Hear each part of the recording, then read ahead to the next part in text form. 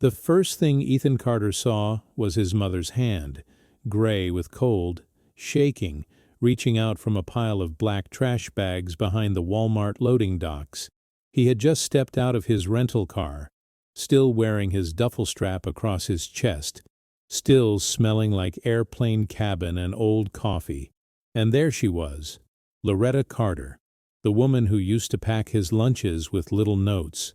Now she was curled on cardboard like it was a bed, her hair matted under a knit cap, her cheeks hollow, her eyes fixed on the ground like she was trying to disappear into the dirt. For a second, his brain refused to accept it. It was like his eyes were lying to him. "Mom?" he whispered, but his voice cracked and the sound got swallowed by the wind. She flinched, not just startled, afraid, like the word itself was a threat. Ethan moved closer, slow, hands open the way they'd trained him to approach a frightened civilian overseas. The winter air cut through his jacket. The sky over Portsmouth, Ohio was the color of wet concrete. Somewhere, a truck backed up with a beep, beep, beep that felt like a heartbeat. "Loretta." He tried again, louder. "It's me, Ethan." Her head lifted. Those eyes, the same hazel eyes he remembered from childhood, flickered up. Recognition tried to land. Then shame slammed the door. "No," she breathed. "No, you can't. You can't see me like this." Ethan dropped to his knees in the gravel, ignoring the sting. The smell hit him. Old food, damp cardboard, sour rot, and something sharp like bleach. His throat tightened so hard it hurt. "I'm here," he said. "I'm right here. I'm not going anywhere." She pulled her hands in close to her chest like she was hiding something. Her fingers were clenched around a small metal object, and even through the grime and the trembling, Ethan caught a glint. Golden, dull, scratched up from years of being held too tight. A locket. His mother's locket. He remembered it on her neck when he was a kid. A heart-shaped piece with a tiny dent on the left side, like it had taken a hit and kept going. She never took it off, not even when she did dishes or worked a double shift at the diner. She used to say, "This keeps my brave boys close." Now she wasn't wearing it. She was gripping it like a lifeline, thumb rubbing the edge over and over, as if she could rub the past back into place. "Who did this to you?" Ethan asked, and the words came out rough. "Who put you here?" Loretta's lips trembled. She glanced toward the edge of the loading area, toward the road that led back into town. Her shoulders folded inward. "You shouldn't have come," she said. They'll know." "Who?" Ethan pressed, feeling that old soldier focus click in, calm on the outside, fire in the chest. "Mom, tell me who." She shook her head hard. "It's not just one person. It's paperwork. It's men in clean coats. It's smiles. It's the kind of trouble that looks respectable." Ethan's hands curled into fists, then forced themselves open. He wanted to pick her up right then and there, carry her back to the car, drive until the town disappeared. But he could see it in her posture. If he rushed, she'd run. If he demanded, she'd shut down. He swallowed and softened his voice. "I came home because I got your letter. I didn't send—" Loretta stopped. Her eyes widened like she'd said too much. She looked down at the locket again, and Ethan noticed something else. A faint red mark around her wrist, like someone had grabbed her hard. Not a bruise from falling, a mark from a hand. Ethan's stomach turned. A gust of wind rattled a stack of pallets. A shopping cart clanged somewhere in the distance. Loretta's breath came fast. "Mom," Ethan said quietly, "look at me." She did, and that was when he saw the full damage. Not just the dirt and the thinness. The way she held her jaw like she'd been hit before. The way she kept scanning the shadows like she expected someone to step out. He felt guilt rise up, hot and heavy, because he had been gone. Years. Deployments. Jobs.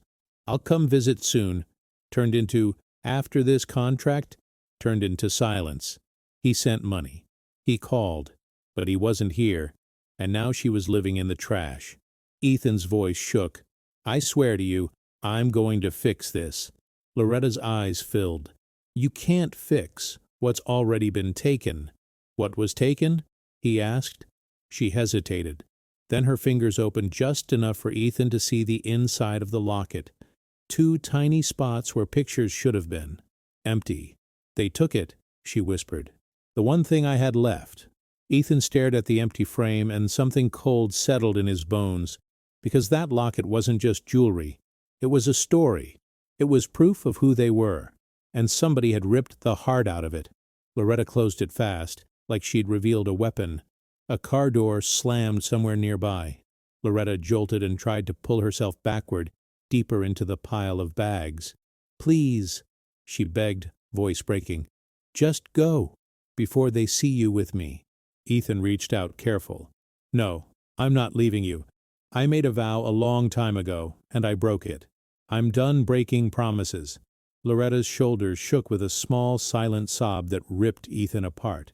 And in that moment, kneeling behind a Walmart in a freezing Ohio winter, Ethan realized something that made his blood run even colder than the wind. This wasn't just poverty. This was a crime. And whoever did it wasn't some random stranger in an alley. It was someone who knew exactly how to destroy a person with forms, signatures, and fear. Someone powerful, someone hiding in plain sight. And Ethan had no idea yet that the name he was about to hear would connect to their family in a way that would change everything he thought he knew. But before I tell you how Ethan found out who did this, and what was hidden inside that missing picture, let me ask you something real quick. Where are you watching from today? Because this story starts in a small river town that looks quiet from the outside, and then it shows you what can happen when nobody's paying attention. Now, before we get to the moment Ethan learned the truth, we have to rewind. We have to go back to the day he came home thinking he was finally going to make things right. Ethan had pictured his homecoming 100 different ways. In most of them, his mother was standing on her porch with that old plaid blanket over her shoulders, smiling like she had been waiting there all day. Maybe the town would still smell like the river and fried food from the diner. Maybe his old high school buddy would honk from a pickup truck. Maybe life would feel familiar for the first time in years. The reality hit him as soon as he crossed into Portsmouth. The "Welcome to Portsmouth" sign was faded and tagged with spray paint. The gas station near the exit had plywood over one window. The road looked narrower than he remembered, lined with bare trees that clawed at the sky. The Ohio River sat dark and heavy to the left like it was holding secrets under the surface. Ethan drove with both hands on the wheel, jaw tight, eyes scanning like he was back on patrol. Not because he was afraid of the town, because he was afraid of what he might find waiting for him. His phone buzzed with the same notification he had seen for the last 2 days. Call failed. He tried again anyway. "Mom, pick up," he muttered, thumb pressing her name. It rang 4 times and went to voicemail. "Hey, Mom, it's me. I'm here. I'm in town. I'm coming to the house right now. Please call me back." He paused, swallowing the lump in his throat. "I missed you. I'm sorry I've been gone. I'm here now." He ended the call and stared at the screen until it went dark. The rental car's heater blew air that smelled like dust. Ethan rolled his shoulders, feeling old tension sit in his muscles like bricks. He had learned to keep moving, keep functioning. That skill helped in war. It didn't help when you were about to face your own guilt. Loretta's house was on a quiet street near the edge of town. The kind of street where kids used to ride bikes and neighbors used to wave. Ethan turned onto it and slowed. The houses looked tired, paint peeling, lawns patchy. A couple of porches were stacked with old furniture like nobody had the energy to haul it away. He passed the church where his mother used to sing in the choir. The windows were boarded up now. A "for sale" sign leaned crooked in the yard. Ethan's chest tightened. It felt like he was arriving in a place that had been slowly disappearing while he was gone. He pulled up in front of his mother's house, and his heart dropped. The porch light was broken. The front yard was overgrown, weeds poking through dead leaves. A stack of unopened mail sat behind the screen door like a small warning. And the curtains were gone. Not pulled back. Gone. The windows were bare, black inside, like empty eyes. Ethan got out, boots crunching on gravel. He carried his duffel in one hand, but it felt too light for the weight in his body. He walked up the steps and knocked. No movement. He knocked again, harder. "Mom?" Still nothing. He reached for the doorknob. Locked. Ethan leaned close and listened. No TV, no footsteps, not even the hum of a fridge. Just silence. A memory flashed. His mother in the kitchen humming while coffee brewed, the radio playing low, the smell of bacon, the warmth, the life. This house didn't smell like life. It smelled like cold wood and stale air. Ethan stepped back and looked around. On the porch rail, someone had scratched a mark into the paint. 3 lines, deep, like claws. His stomach tightened again. He walked to the side window and cupped his hands against the glass. The inside was dark. He saw shapes, furniture covered in sheets, or missing. It was hard to tell. Something moved behind him. Ethan turned fast, his body already reacting. An older man stood on the sidewalk across the street, holding a grocery bag. He froze when he saw Ethan looking. His eyes flicked down, then away, like he wanted to pretend he was invisible. "Hey!" Ethan called. "Sir, excuse me." The man hesitated, then kept walking, head down. Ethan's frustration surged. He jogged down the steps. "Hey, I'm Ethan Carter, Loretta's son." That name made the man stop. He turned slowly, face tight, like he was bracing for impact. "Loretta," the man said, almost to himself. "Yeah," Ethan replied. "Do you know where she is? I can't reach her. Her house—" He gestured at the dark windows. "What's going on?" The man's grip tightened around the grocery bag. He looked left and right, checking the street like he was scared someone would hear. "You shouldn't be standing out here saying that name," he murmured. Ethan stared. "What?" The man swallowed. "Look, I'm just a neighbor. Name's Harold. I used to mow her lawn sometimes. Used to. But—" His voice dropped. Things got messy. Ethan stepped closer. "Where is she, Harold?" Harold's eyes filled with something like regret. "I don't know for sure anymore. Last I saw her, she wasn't living here." "Why?" Ethan demanded, trying to keep his voice down, but failing. "Did she go to family? A hospital?" Harold shook his head slowly. "No, not family, not hospital." Ethan felt a chill run under his skin. "Then where?" Harold's mouth opened, then closed. He glanced at the house again, then at Ethan, and his voice turned into a whisper. "You need to be careful. There are people in this town who look like they help folks. They wear nice suits. They shake hands. They say ma'am and sir. And then they take everything." Ethan's pulse pounded in his ears. "Who?" Harold flinched like Ethan had shouted a curse. "I can't—" he started. Ethan grabbed his own duffel strap tighter, fighting the urge to shake the man. "Harold, that's my mother." Yes, Harold's shoulders sagged. He looked older in that moment, like carrying the secret had bent him. "Go to the diner on Gallia Street," Harold said quickly. "The Riverside Diner. Ask for Marcy. She'll tell you more than I can. But don't do it loud, and don't do it alone." Ethan stared at him. "Why would I need someone with me?" Harold's eyes flicked to the street again. "Because once you start asking questions, someone might start asking about you." Then he turned and hurried away, grocery bag swinging, leaving Ethan standing in the cold with his mother's dark house behind him and a single thought burning through his mind. If his own neighbor was afraid to speak, whatever happened to Loretta wasn't an accident, and Ethan was about to walk straight into it. The Riverside Diner was exactly the kind of place Ethan remembered from childhood, except it felt smaller now, like the years had shrunk everything. A neon open sign buzzed in the window.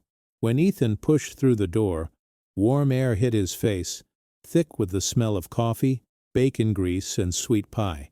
The bell jingled, and a few heads turned. Ethan's stomach tightened. Small towns didn't have secrets for long, and right now people were looking at him like he was a question. He walked to the counter and sat. The vinyl stool squeaked. He kept his shoulders squared, the way he'd learned to look calm even when he wasn't. A waitress approached. Mid-50s, tired eyes, hair pulled back tight. Her name tag read Marcy. She stopped when she saw him. Not just recognition, shock, like she had seen a ghost. "Ethan?" she said softly. He nodded. "Yeah. Hi, Marcy." She stared for a beat, then glanced toward the back of the diner. "You shouldn't be here," she whispered. Ethan let out a short breath. "Everybody keeps saying that. I'm here because my mom isn't answering. Her house is empty." Marcy's face pinched with pain. She looked down at the coffee pot in her hand like it suddenly weighed too much. "Sit tight," she said. "Don't talk loud. I'll be right back." She walked away fast. Ethan watched the room. A couple in a booth kept pretending not to stare. Two men by the window spoke in low voices, eyes flicking toward him between sips. It felt like the whole diner was holding its breath. Marcy came back with a mug and set it down in front of him without asking what he wanted. The coffee was black, steaming. She didn't leave. She leaned closer, voice barely above the hum of the diner. "Your mom," Marcy started, then stopped, eyes shining. "Lord, Ethan, I tried. I swear I tried." Ethan gripped the mug. "Tried what?" Marcy's jaw tightened. "Tried to tell her to fight, tried to get her to stay with me when things got bad. But she was stubborn, proud, and scared." "Scared of who?" Ethan asked. Marcy looked over her shoulder. "Not who. What? The system, the paperwork. The threats that sound polite, but aren't." Ethan's patience snapped. "Marcy, please, just tell me what happened." Marcy pressed her lips together, then spoke fast, like she needed to get the words out before courage disappeared. "About 8 months ago, a man started showing up at your mom's house. Clean car, nice suit, smiled like he was running for mayor, said he worked with seniors, said he could help her with her mortgage, with medical bills, with planning." Ethan's stomach twisted. "Planning for what?" "Planning for peace of mind," Marcy said bitterly. "That's what he called it. Said he was connected to county services. Said he had resources. Your mom listened because she was struggling. Her meds got more expensive. Her furnace broke last winter. She was embarrassed to ask for help." Ethan stared at the coffee. "Why didn't she tell me?" Marcy's eyes softened. "Because she didn't want you to worry. She didn't want to be another weight on you." Ethan's throat burned. "What's the man's name?" Marcy hesitated. Her hands trembled as she wiped an already clean spot on the counter. "Marcy," Ethan said quietly, "I'm not leaving until I know." Marcy leaned in. "Grant Holloway," she whispered. The way she said it, like she was spitting something poisonous, made it feel heavier than a normal name. "He runs an office downtown," she continued. "Holloway Legal and Financial. Fancy sign out front. He sponsors Little League. He shakes hands at church fundraisers. Everybody calls him Mr. Holloway like he's royalty." Ethan's fingers tightened around the mug. "What did he do to her?" Marcy's voice dropped. "He got her to sign papers. Said it was temporary. Said it would help her protect her assets. Next thing you know, her bank account got frozen. Her house got put into some kind of sale. A notice came to her door from the sheriff's office. Your mom came in here shaking, asking me if I knew what eviction meant." Ethan's breath came sharp. "That can't be legal." Marcy's eyes filled with tears. "That's what we thought. But every time someone asked questions, Mr. Holloway had an answer. He had copies. He had signatures.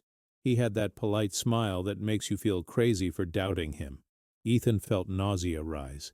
He had seen predators before. Not just men with guns. Men with power, paperwork, and patience. "Where is she now?" Ethan asked, voice hoarse. Marcy swallowed. "I don't know exactly. She stopped coming in. I went to her house once, and a man in a county vehicle was there. He told me to leave, said it was private matter. Then I heard she was sleeping at the shelter for a while, down by the underpass sometimes. And then," she shuddered, "then people started seeing her near the Walmart dumpsters, like she was trying to hide where nobody would look." Ethan's chest went tight. He pictured his mother in the cold, alone, ashamed, and a rage so clean it scared him slid into place. Marcy reached out and touched his forearm lightly. "Ethan," she whispered, "listen to me. Your mom didn't just lose money. She lost her voice. She got scared to talk, and when she got scared, she got quiet. That's how men like him win." Ethan stared. Why is everyone afraid of him? Marcy looked down. Because people who push him, something bad happens. Letters, calls, visits. Nothing you can prove, but enough to make you back off. Ethan stood, leaving the coffee untouched. Marcy grabbed his wrist. Ethan? One more thing. He looked at her. Marcy's voice was tight. Your mom used to wear a locket, heart-shaped. She'd show me pictures in it sometimes when she was feeling brave. One day she came in without it and she looked like somebody died. She told me, they took it. They took the only proof. Ethan's pulse spiked. He remembered the glint behind the Walmart. What proof? He asked. Marcy shook her head. She wouldn't say. Just kept whispering, if he finds it, I'm finished. Ethan felt a cold thread wrap around his spine, because now he wasn't just looking for his mother. He was looking for a secret someone was desperate to keep buried. And the next place he went might be the place where he'd finally see how far this town had fallen. Ethan drove back to his mother's house as the afternoon light faded into a dull gray. He didn't go inside. He couldn't. The locked door felt like a slap. Instead, he walked around the yard, boots sinking into wet leaves, searching for anything that could tell him where Loretta had gone. The back gate hung open on one hinge. The shed door was cracked like someone had pried it. And by the trash cans, half buried under snow, he found an envelope with his mother's name printed in bold letters. Sheriff's Office, Final Notice. Ethan's hands went cold. He tore it open. The words blurred at first, then sharpened into something that made his stomach twist. Eviction proceedings. Court order. Failure to vacate will result in removal. He read it twice, then a third time, like his mind was trying to reject it. His mother had been legally pushed out of her own home. He looked up at the street. Curtains moved in one window across the way, then snapped shut. Somebody was watching. Somebody didn't want to be seen. Ethan slid the notice into his jacket pocket and forced himself to breathe. Anger was useless without direction. Evidence, Marcy had said. He needed a timeline. He needed a witness. He remembered Harold's face. Fear and regret. Ethan walked to the house across the street and knocked. No answer. He knocked again, louder. After a long moment, the door opened a crack. Harold's eye appeared, wary. I told you to go to Marcy, Harold whispered. I did, Ethan said. She told me Holloway's name. She told me about papers and an eviction notice. I found this. He pulled out the envelope. Harold's face drained. Jesus. Ethan stepped closer. Harold, please. I need to know what you saw. When did she leave? Who was here? Harold's gaze flicked over Ethan's shoulder, checking the street again. He opened the door just enough for Ethan to see the chain lock still on. I didn't want to get involved, Harold said, voice tight. That's the truth. People in town talk big until a lawyer letter shows up. Then they shut up real fast. Ethan held his mother's envelope up. She's sleeping behind a Walmart. I found her like that. That's what not getting involved looks like. Harold flinched like Ethan hit him. For a second, Harold's eyes watered. Then he nodded once, small and defeated. He unhooked the chain and opened the door wider. Come in, he said, not on the porch. Ethan stepped into Harold's living room. It smelled like old carpet and menthol. A TV played low with a news anchor talking about weather. Harold shut the door and leaned against it like he needed support. I saw him, Harold said. Holloway. Ethan's jaw tightened. Here? At her house, Harold confirmed. More than once. Always polite. Always with a folder. Always smiling like he was doing charity. Then one day 2 men came with him, bigger. No smiles. Ethan felt his pulse quicken. What did they do? Harold swallowed. They walked your mom to the porch. She was crying. I could hear her through the open window. She kept saying, I didn't understand. I didn't understand. Holloway kept saying, It's in your best interest, Loretta. You agreed. Ethan's hands curled into fists. Harold continued, voice shaking now. Then the sheriff's deputy showed up. Not like an arrest, like a routine thing. Papers, a clipboard. Holloway shook the deputy's hand like they were old friends. Did the deputy take her out? Ethan asked. Harold nodded, eyes down. Not right then. They gave her a date, a deadline. Your mom sat on the porch steps after they left, just staring. I went over with a bowl of soup. She wouldn't look at me. What did she say?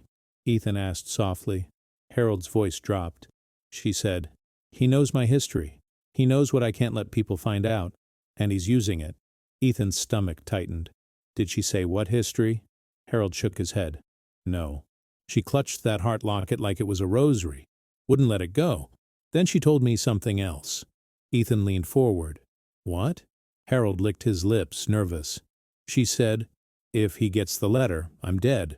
Ethan felt his skin prickle. What letter? Harold held up his hands. I don't know. I swear. But she was terrified. Not just sad. Terrified. Ethan breathed out slowly, trying to keep his mind clear. Where did she go after the eviction? Harold hesitated. At first she stayed at the Southern Ohio homeless shelter for a few nights, the one near the old rail yard.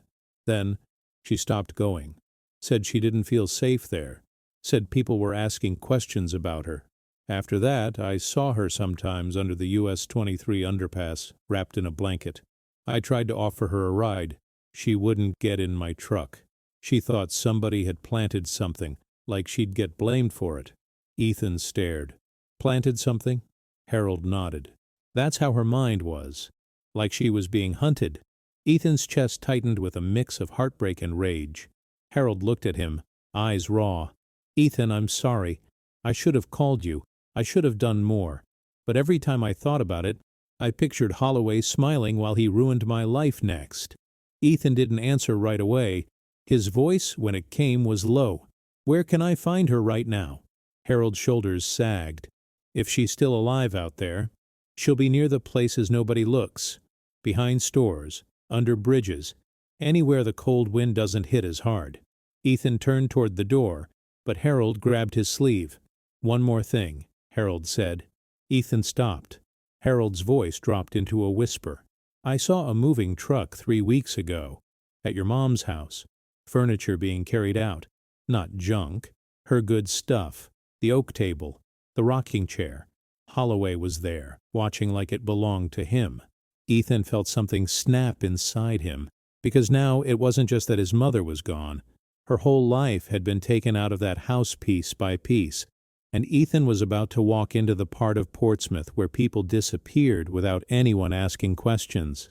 By the time Ethan reached the shelter near the old rail yard, the sun was sinking and the temperature had dropped another 10 degrees. The building looked like a converted warehouse, cinder block walls, a metal door, a small sign that said Southern Ohio Housing and Help in peeling paint. A couple of people stood outside smoking, shoulders hunched, breath fogging. A bus rumbled past and splashed slush against the curb. Ethan parked and sat for a second with both hands on the steering wheel. He had been in places where bullets flew. He had walked streets where every shadow could hide a threat. But this felt different. This was home. And home shouldn't feel like walking into a wound. He got out and approached the door. The smell of cigarette smoke mixed with cold, damp air. Inside, the lobby was warm but tired. Plastic chairs, a bulletin board with flyers for food pantries and AA meetings. A coffee urn on a folding table. A woman at a desk looked up. She wore a simple sweater, hair in a loose bun, tired eyes that had seen too much. Her badge read, Kayla. "Can I help you?" she asked. Ethan swallowed. "I'm looking for my mother, Loretta Carter. She stayed here, I think." Kayla's face shifted. Not surprise, recognition, and caution. "Are you family?" she asked. "Yes," Ethan said quickly. "I just came home. I didn't know. I'm trying to find her." Kayla studied him like she was weighing the risk. Then she leaned forward, voice lower. "You're the son," she said. "Army, right?" Ethan nodded, throat tight. "Yeah." Kayla let out a slow breath. "I remember your mom. She didn't want to be here. She kept saying she was just passing through." "Did she leave?" Ethan asked. Kayla nodded. "A while ago, she was here on and off, but she got scared." "Scared of what?" Ethan asked, even though he already knew the answer would hurt. Kayla's mouth tightened. Scared of being found, scared of paperwork, scared of being controlled. Ethan leaned in. Kayla, please, I found her behind Walmart earlier. She wouldn't come with me. She kept saying, they'll know. I need to know what happened to her. Who's after her? Kayla's eyes softened for a heartbeat, then hardened again like she needed to stay professional to survive. There's a man in town, she said carefully, who has a reputation. We can't say names without risking our funding, our staff, our clients, but we know how it looks when someone's been pushed out of their life. Ethan's jaw tightened. His name is Grant Holloway. Kayla's eyes flicked down, then back up. That was all the confirmation Ethan needed. Kayla stood. Come with me, she said. She led Ethan down a hallway that smelled like disinfectant and old laundry. They passed a small room with a few chairs and a poster about domestic violence resources. Another door had a sign, Case Management. Kayla opened it and stepped inside. The room was cramped, with folders stacked on shelves and a small space heater humming. She shut the door and faced him. I can't give you her file, she said, but I can tell you what I saw. Ethan nodded. Kayla's voice lowered. Your mom came in with bruises on her arm, like someone grabbed her. She said she fell, but she wouldn't meet my eyes when she said it. Ethan's stomach twisted. She kept that locket hidden, Kayla continued. Always. Like it wasn't jewelry. Like it was a key. One night, she sat right there. Kayla pointed to a chair, and she asked me, if someone takes everything from you, do you still count as a person? Ethan felt his throat tighten so hard he had to swallow twice. Kayla's eyes glistened. I told her yes. I told her she still counts. She nodded like she wanted to believe me. Ethan clenched his jaw, forcing himself to stay focused. Where did she go when she left? Kayla hesitated, then walked to a filing cabinet and pulled out a folded map of the area, the kind nonprofits used to mark routes. She laid it on the desk and tapped a spot with her finger. Under the US 23 underpass, she said, there's a patch of ground that stays a little less wet. People camp there sometimes. We do outreach, blankets, hot coffee, socks. That's where I saw her last. Ethan stared at the map. Why would she stop coming here? Kayla's voice turned bitter. Because someone came asking about her. Ethan's head snapped up. Who? Kayla swallowed. A man in a suit. Polite. Just doing a welfare check, he said. Asked if we'd seen Loretta Carter. Asked if she'd signed any forms with us. Asked if she'd mentioned a letter. Ethan's pulse spiked. Did you tell him anything? No, Kayla said firmly. I told him we protect our clients. He smiled and said he respected that. Then a week later we got a call about our grant paperwork being reviewed. Ethan felt anger flare. He's pressuring you. Kayla nodded once. It's how he works. He doesn't have to threaten you with fists. He threatens your roof, your funding, your ability to help people. Ethan stared at the map again, then folded it carefully, like it was a mission plan. I'm going there, he said. Kayla reached into a drawer and pulled out a small paper bag. She handed it to him. Inside were hand warmers, a clean pair of thick socks, and a protein bar. Take these, she said quietly. And don't go alone if you can help it. Ethan looked up. I don't have anyone. Kayla met his eyes. Then go smart, she said. Not fast. Talk gentle. Don't make promises you can't keep. She's been through something that taught her to doubt every hand that reaches for her. Ethan nodded, swallowing hard. Thank you. As he turned to leave, Kayla added, Ethan? He paused. If she has that locket, Kayla said, voice soft, it means she still believes there's something worth saving. Don't let anyone take that from her. Ethan walked out into the freezing evening, the map in his pocket and the paper bag in his hand. The underpass wasn't far. He could see the highway lights in the distance, cars rushing by like none of this mattered. But Ethan knew better now.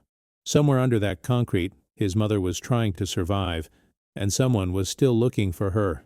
And if Ethan wasn't careful, the next time he found her, it might be too late. The underpass smelled like wet concrete, exhaust, and something sour that clung to the back of Ethan's throat. He parked near a chain-link fence and walked down a muddy path, the sound of traffic above him like a constant roar. Wind tunneled through the space, turning trash into small, tumbling ghosts, plastic bags, wrappers, scraps of paper that slapped against the ground. His boots sank into slush. His hands were numb even inside his gloves. He held the outreach bag Kayla gave him like it was fragile. "Mom!" he called softly, not wanting to startle anyone. "Loretta?" Only the highway answered. Ethan moved slowly, eyes scanning the shadows. He saw a makeshift camp tucked behind a concrete pillar, a tarp tied with rope, a shopping cart full of blankets, a couple of dented cans, a small pile of cardboard flattened into a floor. And then he saw her. Loretta was sitting with her back against the pillar, knees drawn up, a thin blanket wrapped around her shoulders. Her face was half hidden by the shadow, but Ethan could still see the outline of her cheekbones, too sharp now, and the way she held her hands close to her chest, like she was guarding her own heart. Ethan stopped a few feet away. He didn't rush. He didn't reach for her. He just stood there and let his presence settle, the way you let a frightened animal realize you're not going to strike.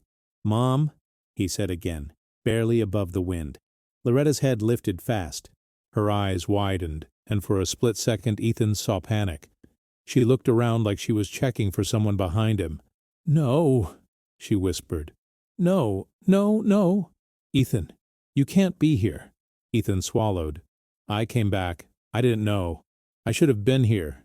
I'm sorry." Loretta shook her head so hard her knit cap slipped. "You don't understand. You're bringing eyes. You're bringing trouble." "I'm your son," Ethan said, voice breaking. "I'm not trouble. I'm home." Loretta's lips trembled. She looked smaller than Ethan remembered, not just older. Smaller, like she had been folded in on herself by fear.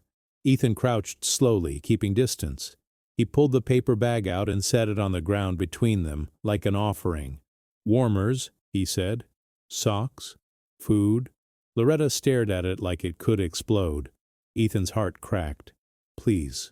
She didn't move. Ethan took a breath. He had learned overseas that sometimes the most dangerous thing you can do is move too fast. Fear made people unpredictable. Fear made people disappear.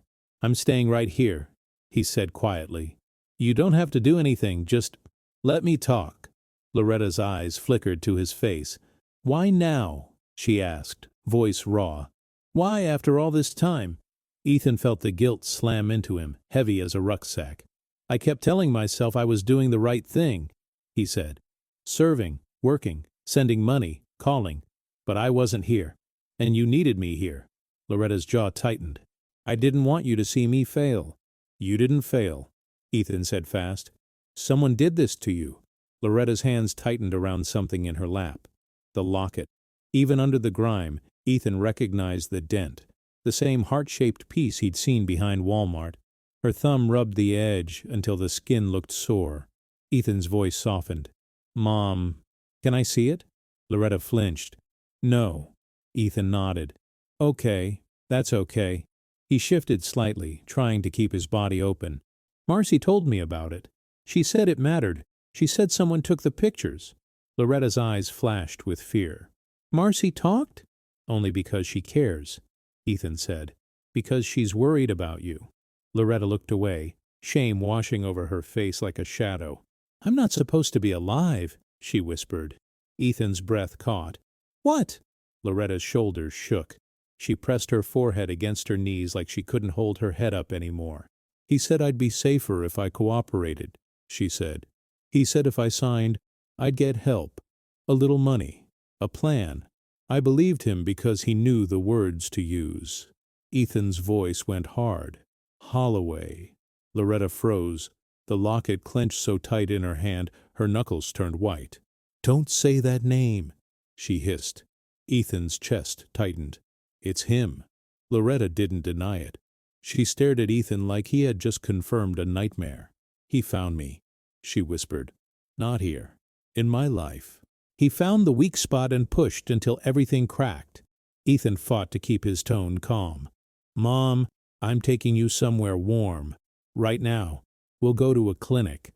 I'll get you a hot shower. Clean clothes. We'll figure it out." Loretta shook her head, panic rising. "No, no, you can't. If I leave, he'll know. If I go to a shelter, he'll know. If I go to a hospital, he'll know. He has eyes. Ethan felt his pulse pounding. How? Loretta swallowed hard. Because he's not just one man. He's connections. It's deputies. It's clerks. It's people who owe him favors. And if he finds me before I fix it, before I make it right, he'll finish what he started. Ethan's mouth went dry. Finish what? Loretta hesitated, then opened the locket just a crack, just enough for Ethan to see the empty slots again. He took the pictures, she whispered, and he took the letter. Ethan leaned forward slightly. What letter, Mom? Loretta's eyes glistened. A letter I wrote a long time ago. A letter I never thought anyone would see. It was the truth about something I did. Something I did to protect you. Ethan's breath stopped. Loretta's voice broke. If he has that letter, Ethan, he can ruin you. He can ruin everything. And he'll do it just to watch me beg. Ethan's vision blurred with rage. He forced himself to inhale, slow, controlled. I need you to trust me, he said, voice steady but thick. Just for tonight. Let me get you warm. Let me get you safe. We'll do this the right way. We'll do it legal. We'll do it smart. Loretta stared at him, trembling. The highway roared above them, uncaring. Then she whispered the words that made Ethan's chest collapse. I can't leave, she said. I owe someone, and I'm afraid. Ethan's hands tightened into fists at his sides, because he realized the hardest part wasn't finding his mother. It was convincing her that she deserved to be saved. And he had no idea yet what debt she thought she still owed, or who she thought was coming for her next. Ethan didn't drag Loretta out from under the underpass. He stayed calm. He talked low. He promised only one thing, warmth for one night, no shelter, no questions. He paid cash for a cheap motel on the edge of town and brought her in with his jacket wrapped around her shoulders. The room smelled like lemon cleaner and old carpet, but the heater worked. Ethan turned on the shower, laid out clean towels, and looked away while she changed. When she came out, her hair wet, her skin pale, he saw the bruises on her arm and along her ribs. Mom, he started. Loretta's eyes darted away. Don't. Ethan swallowed the anger down. Okay, I won't push. Just let me take care of you. He drove her to the closest urgent care before it closed, then to the ER when the nurse saw her blood pressure. The waiting room lights were too bright. The TV over the chairs played a game show nobody watched. Loretta sat with her hands tucked under her thighs like she was trying to keep herself from taking up space. Ethan filled out the paperwork with her, slow and patient. When the intake nurse asked, "Any concerns for safety at home?"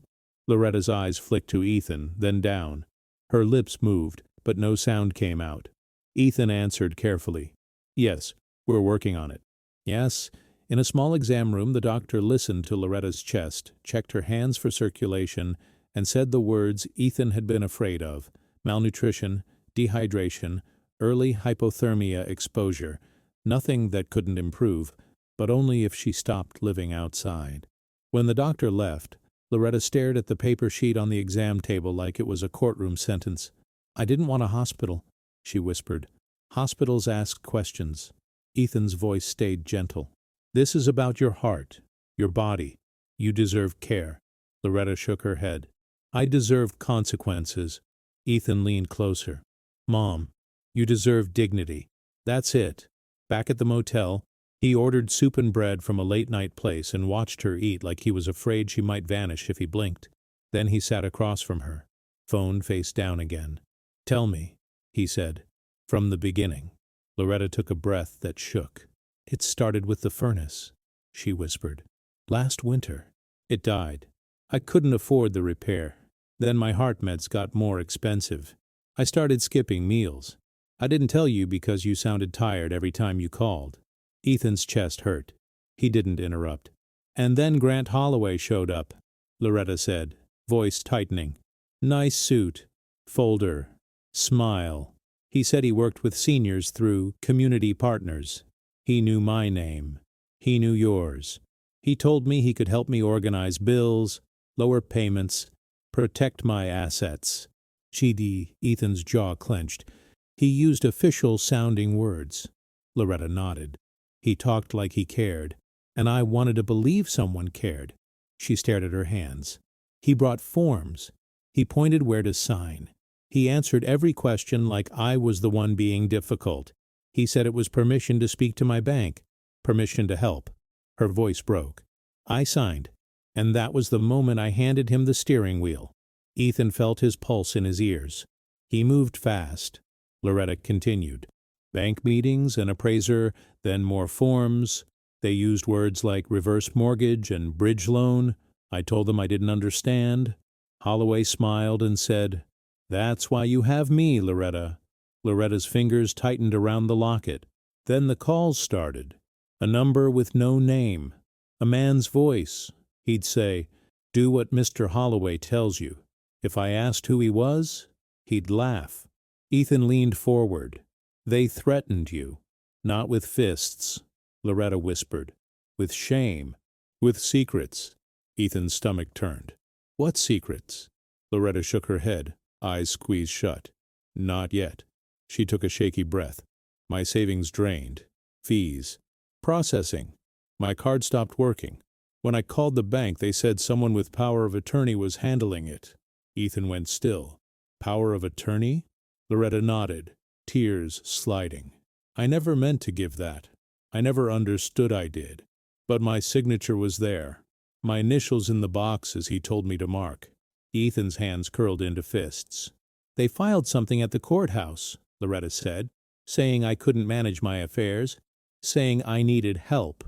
Then the deputy came with papers. Holloway stood behind him like a shadow. He didn't have to hit me to take my home."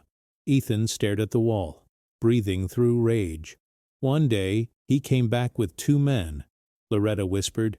"He said he needed to inventory my personal items. He went through drawers, photos, letters. I begged him to stop. One of the men grabbed my wrist. Her fingers brushed the bruise. Holloway watched like it was normal." Ethan's voice went rough. "He found something." Loretta nodded once. "My sewing box." Ethan's heart pounded. "The letter." Loretta's throat worked. "A letter I wrote years ago, a confession. I kept it hidden because I thought it would protect you." Ethan felt cold spread in his chest. "He took it." "Yes," she whispered. "And he took the pictures out of my locket. He said, 'This is leverage.'" "In not money, leverage." Ethan reached out and covered her hand carefully. "We're going to report this," he said. "Police, Adult Protective Services, county prosecutor if we have to. We'll do it with evidence. We'll get the letter back." Loretta looked at him like she was trying to remember how to hope. "He'll know." Ethan's eyes hardened. "Let him.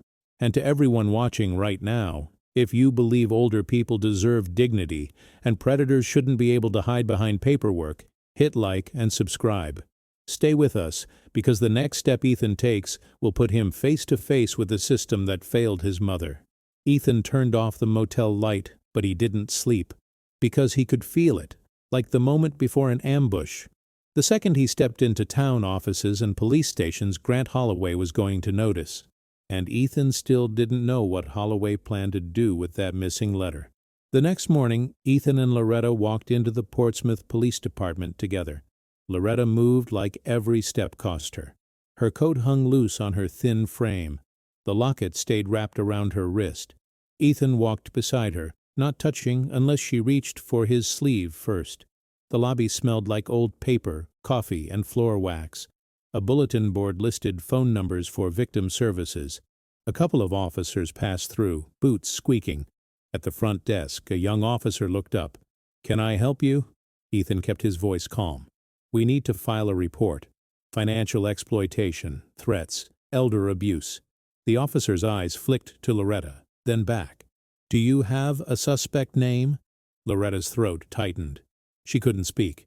Ethan answered, "Grant Holloway. Holloway, legal and financial." The officer's face changed so fast Ethan almost missed it. A tiny pause.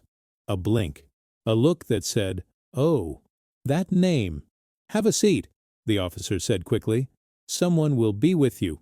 Ethan sat with Loretta. He watched the hallway. He watched the phones. He watched the way people avoided looking directly at them, like pity was contagious. After 15 minutes, a woman in plain clothes stepped into the lobby.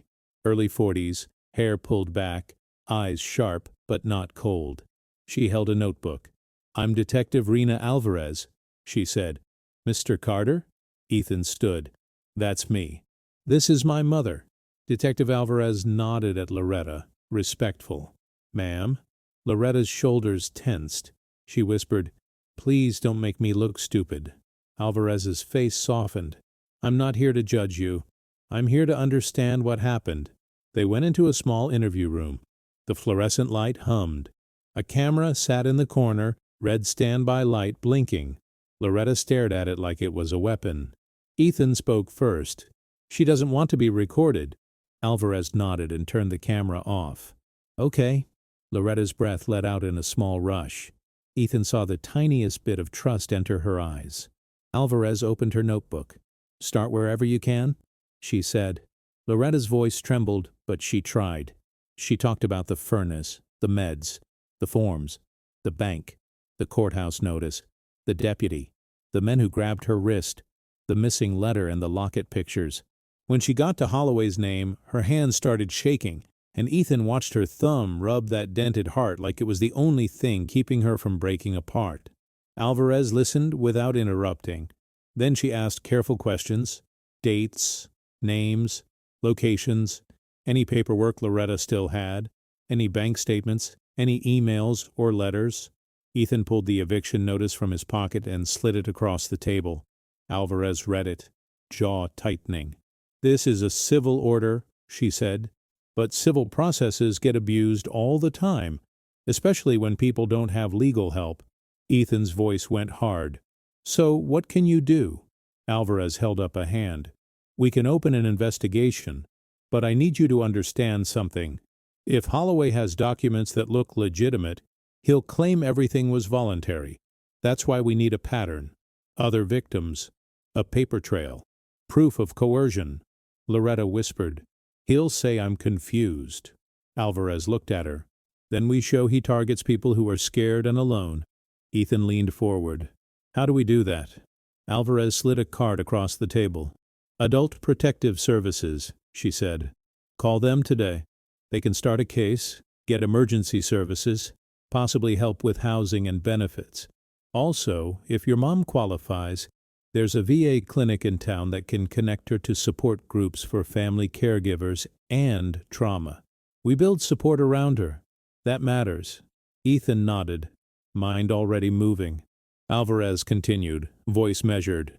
"Then we gather records, bank statements, court filings, any contracts. We can subpoena later, but the faster we start, the better." Loretta swallowed hard. "He took my files." Alvarez's eyes narrowed. "He took them from your home?" Loretta nodded, shame flushing her face. "He said he needed to inventory." Alvarez wrote quickly, "That's important." Ethan's phone buzzed. He looked down. Unknown number. He stared at it for a second, then silenced it. Alvarez noticed. "You getting calls?" Ethan met her eyes. "Not yet, but I think it's coming." Alvarez's expression stayed steady. It usually does. When they left the interview room, Alvarez walked them toward a side office where a victim advocate handed Loretta a bottle of water and a pamphlet. Loretta held the bottle like she wasn't sure she was allowed to accept it. Ethan's chest tightened again. Outside the wind hit hard. Loretta shivered. Ethan wrapped his arm around her shoulders, and this time she didn't pull away. She leaned into him like she was tired of carrying herself alone. They drove to the county services building next. A beige brick place with flags out front and a hallway that smelled like toner and stale air. Ethan filled out forms for APS while Loretta sat in a plastic chair, eyes on the floor. A caseworker met them. Mrs. Patel, kind voice, practical eyes. She spoke slowly, explaining emergency housing options, food assistance, medical referrals, a temporary protective plan. But even with all the help offered, Ethan could feel the same invisible wall. People were careful when Holloway's name came up, like they'd all learned the same lesson. On the way back to the motel, Ethan stopped at a laundromat and washed Loretta's clothes. He watched the machine spin and thought about how ridiculous it was, how a place that cleaned shirts felt like the only honest thing in town. That afternoon, Detective Alvarez called. "We have 2 other reports with his name attached," she said. "Not enough for an arrest yet, but enough to show a pattern. One is a widow, the other is a disabled veteran's father. Both mention helpful meetings that turned into court notices." Ethan's grip tightened on the phone. "So he's done this before?" "Yes," Alvarez said. "And he's careful." Ethan looked at Loretta sitting on the motel bed, locket on her wrist, staring out the window like she expected a car to pull up. "We need the letter," Ethan said quietly. "That's what he's using on her." Alvarez paused. "If he has it, he'll guard it. But he may show it if he thinks he's in control." Ethan's jaw clenched. He knew what that meant. He hung up and sat on the edge of the bed. Loretta looked at him. "They won't help," she whispered. Ethan took her hand. "They will, and if they move slow, I'll move smart." Loretta's eyes filled. "He'll hurt you." Ethan's voice was steady. "He won't, because I'm not walking into his office with anger. I'm walking in with a plan." Loretta swallowed. "What plan?" Ethan stared at the motel wall, hearing Marcy's warning and Alvarez's words stack into one clear truth. "I'm going to look that man in the eyes," Ethan said, "and I'm going to make him show me what he stole." Loretta's breath caught, because she understood what Ethan was about to do, and so did Ethan. If Holloway noticed them first, this confrontation could turn into a trap. Holloway Legal and Financial sat on a clean corner downtown, tucked between a boutique and a small bank branch like it belonged there. The sign out front was polished brass. Inside, the lobby smelled like expensive air freshener and fresh paper. Soft music played, the kind meant to calm people into agreement. A framed photo on the wall showed Grant Holloway shaking hands with the mayor at a charity event. Ethan didn't bring Loretta. He couldn't risk her seeing Holloway's smile and collapsing into fear. Instead, he asked Marcy to sit with Loretta at the motel for an hour. Marcy showed up with a casserole like this was church, not war. "Go get what you need," she told Ethan. "But don't you let that man bait you." Now Ethan walked into the office with Detective Alvarez's card in his pocket and his phone tucked in his jacket, recording audio. He cared less about perfect rules than he cared about protecting his mother. A receptionist looked up. "Do you have an appointment?" "I'm Ethan Carter," he said. "I'm here about Loretta Carter's case." The receptionist's smile faltered for half a second. Then it reset. "One moment." A door opened down the hall. Grant Holloway stepped out. Mid-40s, crisp suit, hair combed back, a smile that looked practiced in a mirror. He held his hands open like he was welcoming a guest. "Mr. Carter," Holloway said warmly. "Ethan, please come in." Ethan's skin crawled at how personal Holloway made it sound. The office was bright and spotless. Leather chairs, neat desk, a small bowl of mints. On a shelf, Ethan noticed a plaque that read, "Community Advocate of the Year." Another frame showed Holloway at a church fundraiser, arm around a pastor, both smiling. Holloway sat and gestured for Ethan to sit too. "How can I help you?" Holloway asked. Ethan sat, posture controlled. "You can tell me why my mother ended up sleeping outside." Holloway's eyebrows lifted with polite surprise. "Sleeping outside? That's terrible. I had no idea." "You had no idea she was evicted?" Ethan asked. Holloway sighed as if burdened. "Ethan, I'm sorry you're upset, but your mother signed documents authorizing my office to assist her. She was overwhelmed. We acted in her best interest." "So taking her house is assisting?" Ethan said. Holloway's smile tightened. "The house was part of a plan to cover debts and ensure stability. Your mother agreed." "She didn't understand," Ethan said. "She was scared. She was alone." Holloway's eyes flicked, a tiny crack. Then the mask returned. People feel embarrassed after financial decisions. They look for someone to blame. It's human. Ethan leaned forward. "I'm here for what you took." Holloway's expression turned curious. "What I took?" "A letter from her sewing box," Ethan said. and pictures from her locket. The air changed. Holloway didn't look confused. He leaned back, folding his hands like a man enjoying a private joke. "Ah," he said softly.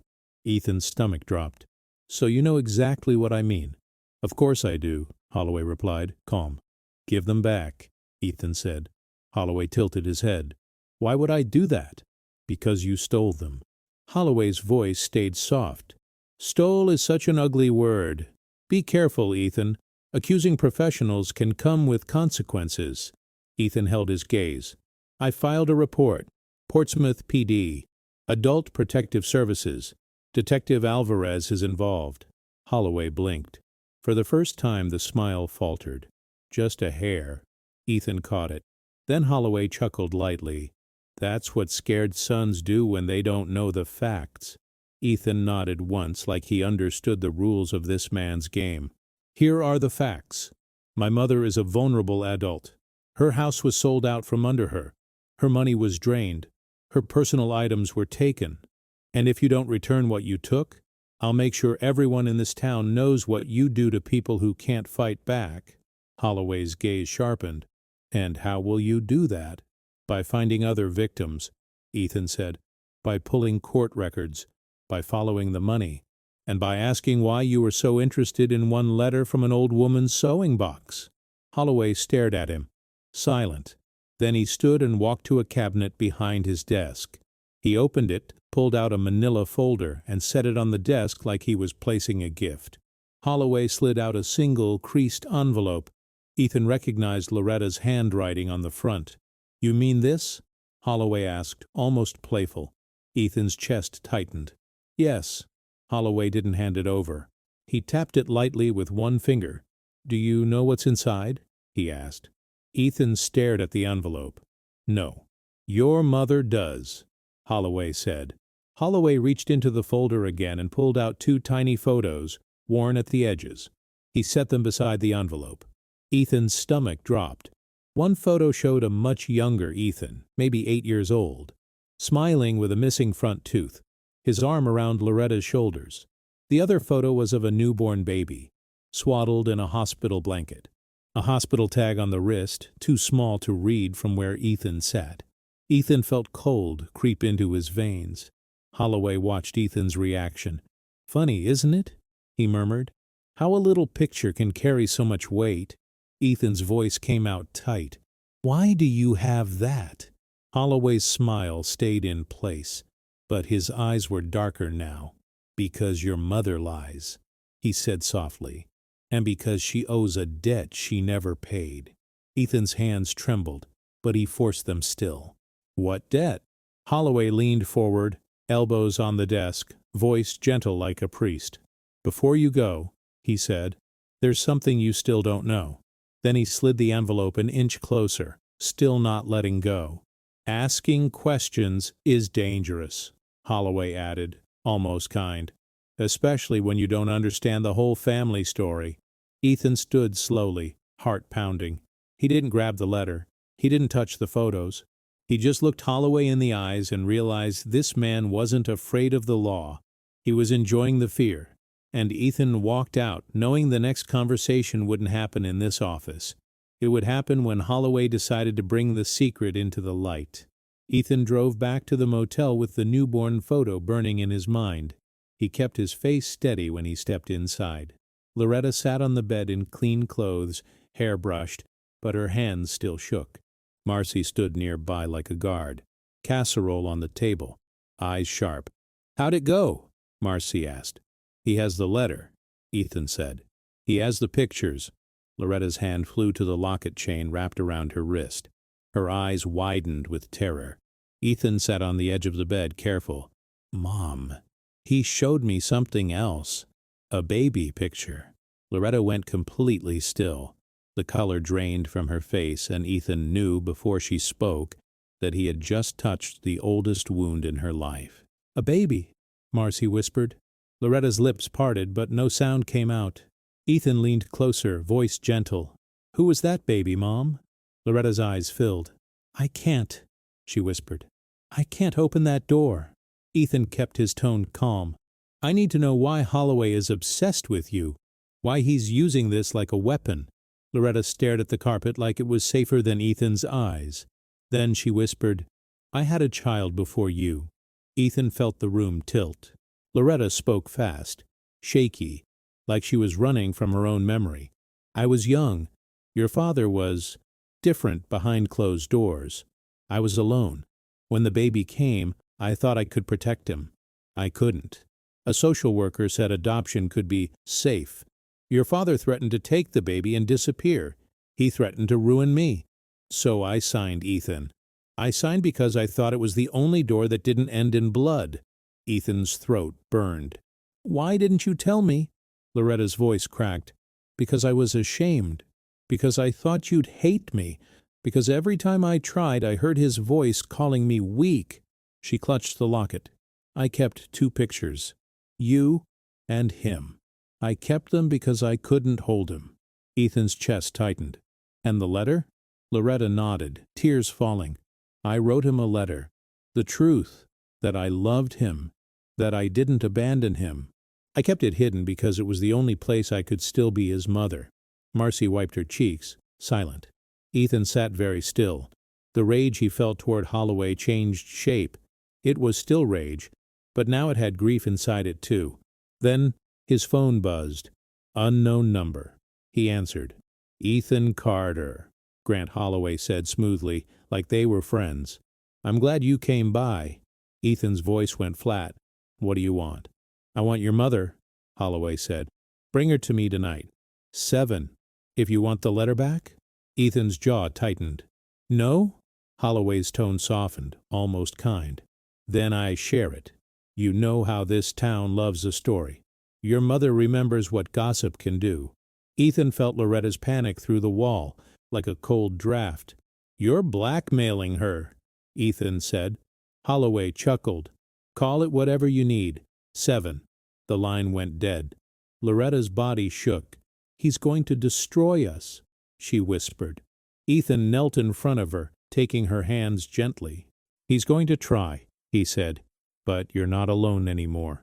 Loretta stared at him, voice barely there. Ethan, he's that baby. Ethan's breath caught. Loretta whispered a name Ethan had never heard in his life. Graham. Ethan stood and stepped into the hallway, heart pounding, and called Detective Alvarez.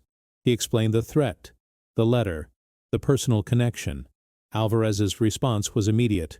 Do not bring your mother into his office, she said. Neutral ground, cameras. We'll be nearby. Ethan looked out at the motel parking lot. Snow starting to fall.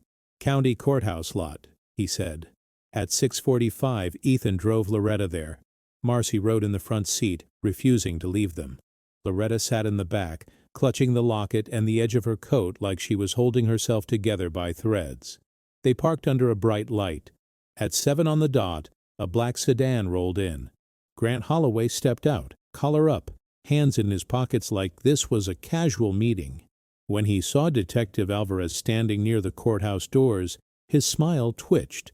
Ethan stepped forward, blocking Loretta. We meet here, Ethan said. Holloway's eyes slid past him to the back seat. Loretta, he called softly. Loretta flinched. Holloway's smile turned sharp. Do you know what you did to me? He asked, voice low. Ethan held his ground. You don't get to punish her for your pain. Holloway laughed once, bitter. My pain? He pulled the envelope from his coat and held it up. This is the only truth I ever got. Loretta opened the car door and stepped out, shaking. Her eyes met Holloway's, and fear gave way to recognition that looked like heartbreak. Graham, she whispered. Holloway's jaw tightened. That name isn't mine. It was, Loretta said, tears spilling. It was the first name I ever gave you. Holloway's hand trembled around the envelope. You signed papers and walked away. Loretta shook her head hard. I signed because I was trying to save you. Holloway's face twisted, anger and grief fighting beneath the suit. For the first time, Ethan saw the man under the smile. A child who grew up with a hole in his chest and turned it into a weapon. Tell him, Holloway snapped at Loretta, voice cracking. Tell him why you didn't fight for me. Loretta looked at Ethan, shame flooding her face. Your father. He hurt me. she whispered. And I believed he would hurt you too. I chose the only door that looked like safety. Holloway stared, breathing hard. Loretta held the locket up, chain still around her wrist. I kept your picture, she said, voice trembling but firm. I kept you close every day. That letter was never shame. It was love that had nowhere to go. Something in Holloway's eyes shifted. The anger didn't vanish, but it shook. Slowly, like it cost him, he held the envelope out. Loretta took it with both hands, careful, as if any sudden move would make it disappear.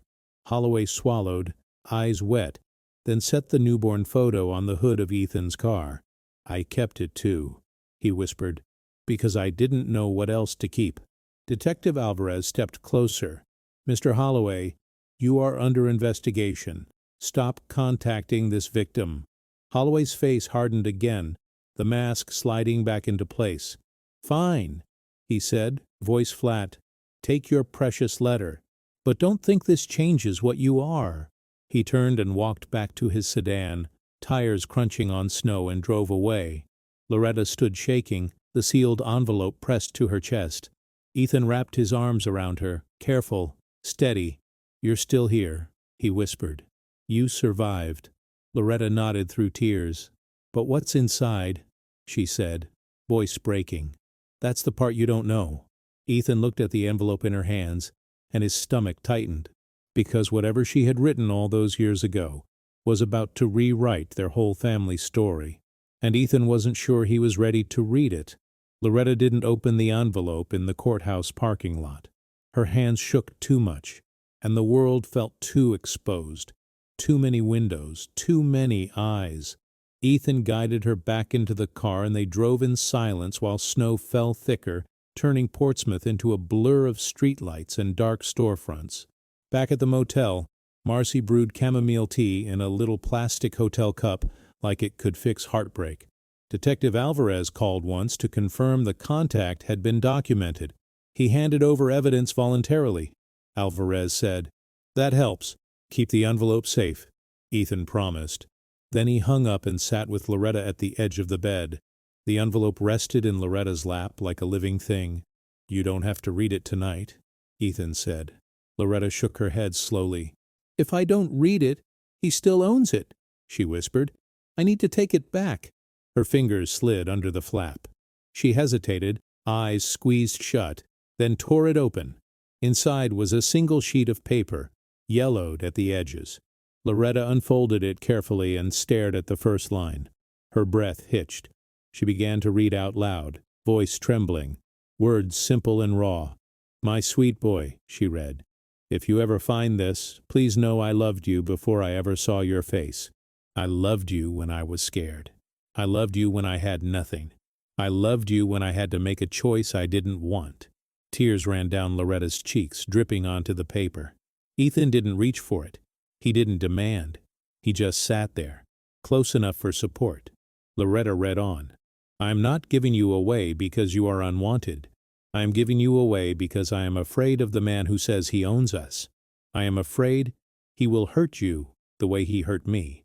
I am afraid I will fail you if I keep you where he can reach you."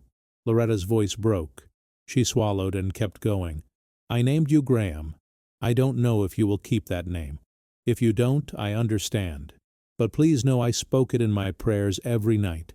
I will carry you even when I cannot hold you." Loretta stopped, shoulders shaking.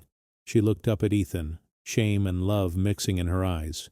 "I wanted to find him," she whispered, "but they told me I couldn't. And your father, he made sure I stayed scared." Ethan took her hand gently. "Keep reading," he said softly. "Take your time." Loretta nodded and read the last lines, voice smaller now. "If you hate me, I understand. If you never forgive me, I understand. But I need you to know the truth. I chose the door that kept you alive. That's the only thing I can say without lying." Loretta pressed the paper to her chest and sobbed like a young woman again.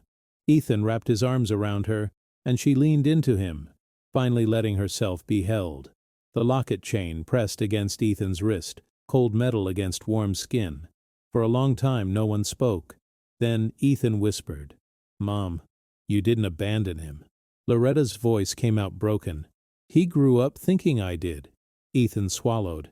That's on the people who hid the truth, and on the man who turned his pain into cruelty. The next day, Ethan and Loretta met Detective Alvarez with the envelope and the photos. Alvarez photographed everything, bagged it, and made copies for the file. Adult Protective Services helped place Loretta in temporary senior housing, small and plain, but safe. A clinic adjusted her meds and set up follow-ups. A counselor met with her weekly. Healing wasn't instant. Loretta still startled at knocks. She still checked windows at night, but she was inside, warm, fed, seen. Ethan slept on her couch the first week, refusing to leave her alone. He found steady work with a contractor outside town. He didn't act like a hero. He acted like a son who finally showed up. The investigation took time, but it moved. Records got pulled. Other victims came forward. A judge issued an order restricting Holloway from contacting Loretta. And one morning, Alvarez called Ethan with a voice that sounded like relief. "We found the money trail," she said. "It's bigger than your mom. This is going somewhere." Ethan closed his eyes, exhaling hard. "So what happens now?" "Now your mother gets to breathe," Alvarez said, "and Holloway gets to answer for what he did." Weeks later, Loretta sat in her new apartment wearing a clean sweater, hair brushed, cheeks slowly filling out again. She opened the locket and slid the two photos back inside. One side, Ethan at 8 years old, smiling like the world was safe. The other side, the newborn baby. Loretta stared at that tiny face for a long time. Then she closed the locket and held it against her chest. "I don't know if he'll ever forgive me," she whispered. Ethan sat beside her. "Forgiveness is his journey," he said, "but you don't have to be punished forever." Loretta nodded through tears. "I just wanted my sons to be safe." Ethan's throat tightened. "They are," he whispered, "and you are, too." That night Loretta hugged Ethan tight, stronger than before. "I'm sorry," she whispered into his shoulder. Ethan held her. "I'm sorry too," he said, "but here's my vow. I'm never leaving you again. And if you made it this far, I want to hear from you. Have you ever watched someone you love get treated like they didn't matter? Tell me in the comments. Your voice could help someone else feel less alone. Hit like if you believe dignity should be protected, subscribe for the next story, and remember this. An elderly person is not defined by the worst day of their life. They are defined by the love they carried through it. Because sometimes the real comeback isn't revenge, it's coming home and choosing to stay.